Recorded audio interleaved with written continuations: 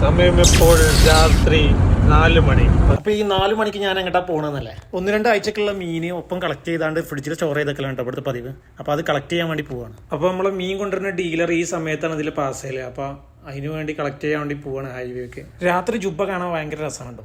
ഈ ജുബ്ബന്റെ ജായും ഹായും ഒക്കെ നിറം മങ്ങിയിട്ടുണ്ടാവും. ഓരോ റൗണ്ട് ബോട്ടിൽ ഇതേമാതിരി എന്തെങ്കിലും ഒരു കണക്കുണ്ടാവും കേട്ടോ. അപ്പൊ മീൻ കളക്ട് ചെയ്യണമെന്ന് നമുക്ക് വീഡിയോയിൽ ഉൾപ്പെടുത്താൻ കഴിഞ്ഞില്ല, കാരണം ഫ്ലാഷ് അടിക്കലും മീൻ പിടിച്ചലൊക്കെ എന്റെ ഡ്യൂട്ടി ആയതുകൊണ്ട് നമുക്ക് വീഡിയോ എടുക്കാൻ കഴിഞ്ഞില്ല. അങ്ങനെ മീനും കൊണ്ട് നമ്മൾ നേരെ റൂമിലെത്തി.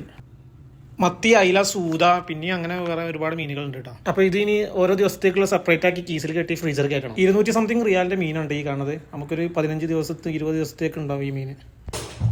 ഈ പെട്ടിച്ചേരോ നിലവിൽ നമ്മളെ ഫ്രീസറിന്റെ അവസ്ഥ ഇങ്ങനെയാണ് കേട്ടോ. പിന്നെ ആ മീനൊക്കെ ഇനി കയറാനുള്ളതാണ്. അങ്ങനെ നമ്മൾ ഓരോ ദിവസത്തേക്ക് ആവശ്യമായിട്ടുള്ള മീൻ സെപ്പറേറ്റ് ആയിട്ട് ഒരു കീസിലാക്കിയാണ്ട് ഫ്രീസർ കയറ്റാണ് എടുക്കാൻ സുഖത്തിന്. അങ്ങനെ മീൻ വെച്ച് നമ്മളെ ഫ്രീസർ ഫുൾ ആയിട്ടുണ്ട് കേട്ടോ. അപ്പൊ അത്രയൊക്കെ ഉള്ളൂ. ആയിക്കോട്ടെ.